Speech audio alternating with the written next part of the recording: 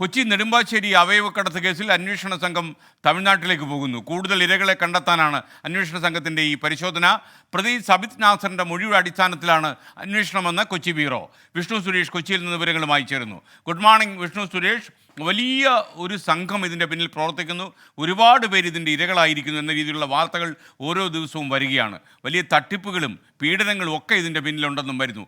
പറയൂ വാർത്തകൾ. SKN ഈ അവയവക്കടത്ത് സംഘം അതൊരു ചെറിയ നെറ്റ്വർക്ക് അല്ല, അത് വലിയതാണ് എന്ന് പോലീസ് ഇതിനോടകം തന്നെ സ്ഥിരീകരിച്ചിട്ടുണ്ട്.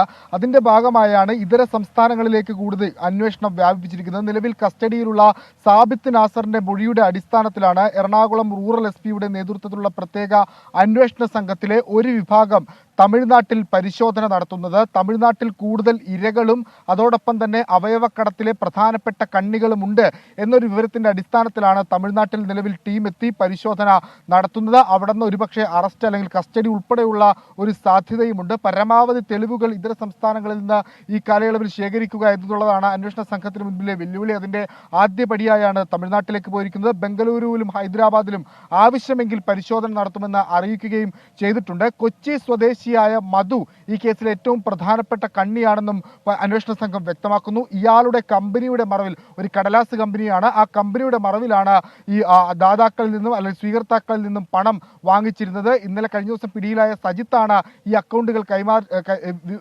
കൈകാര്യം ചെയ്തിരുന്നെന്ന് പോലീസ് വ്യക്തമാക്കുന്നുണ്ട്. സബിത്തിനെയും സാജിത്തിനെയും ഒരുമിച്ചിരുത്തി ചോദ്യം ചെയ്യാനുള്ള ഒരു തീരുമാനത്തിലേക്ക് പോലീസ് എത്തുന്നുണ്ട്. സജിത്തിനെ അടുത്ത ദിവസം തന്നെ കസ്റ്റഡിയിൽ വാങ്ങും. തമിഴ്നാട്ടിൽ നിന്നുള്ള വിവരങ്ങൾ കൂടി അടിസ്ഥാനപ്പെടുത്തി കൂടുതൽ അറസ്റ്റിലേക്ക് കടക്കാനാണ് അന്വേഷണ സംഘത്തിന്റെ നീക്കം.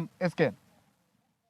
Okay, thank you Vishnu Suresh. വിധി ദിനത്തിൽ 24 മാജിക് ജൂൺ 4 ചൊവ്വാഴ്ച രാവിലെ 5 മണി മുതൽ 24-ൽ.